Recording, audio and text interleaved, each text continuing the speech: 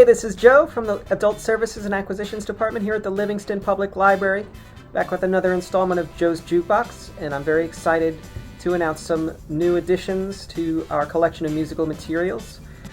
Now, sometimes I am so fascinated listening to an album that simply listening to it just isn't enough for me. I also have to read about it, and sometimes merely reading reviews or blog posts about the album isn't enough to satisfy me either. I feel like I need to read an entire book about that album.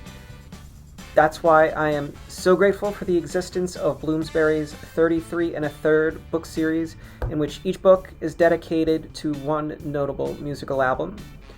I've been in love with this series ever since it started being published all the way back in 2003. So far I have about 20 titles in the series in my personal library at home, and I eventually hope I can read all 154 titles in the series, plus any other titles that may be published in the future. Because while some of the books are better than others for sure, I've never been disappointed reading a single one of them. I always learn new things about the albums they cover, I always discover new things in the music that I never heard before, and I always gain a deeper appreciation for the musicians who made them. Not only do the books in this series cover a wide variety of artists and genres and eras, they're also written by a wide variety of authors. As you might expect, most of them are written by experienced music critics and journalists, like Douglas Woke, who's written for the Village Voice and Rolling Stone.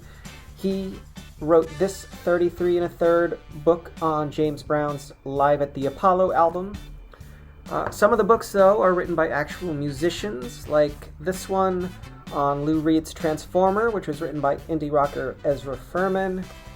And some of the books are even written by accomplished novelists, like this one on The Talking Heads' Fear of Music by Jonathan Lethem, author of Motherless Brooklyn and The Fortress of Solitude, and probably several other books you've heard of. As I mentioned earlier, there are over 150 titles in the series. For now, we've got about a dozen of them in our print collection. We've got the ones on Neil Young's Harvest, the debut album by The Velvet Underground and Nico, on the Beatles' Let It Be. For you 90s kids, we have Radiohead's OK Computer, one of my personal favorites in this entire series, the one on Led Zeppelin's fourth album, Exile on Main Street, the Rolling Stones, the Beach Boys, Pet Sounds, the Ramones' first album, R.E.M's Murmur, and one of the newest additions to this 33 1/3 series, the title on Carole King's classic album, Tapestry. If you love reading about music, I insist that you check out the books in this series. You can find them here at the Livingston Library among our indie collection, which, if you don't know, is nestled by the fireplace in between our travel books and our graphic novels. And of course, if you want to listen to any of the albums covered in these books, you can borrow them from Hoopla Digital or through various Buckles libraries using your Livingston Library card.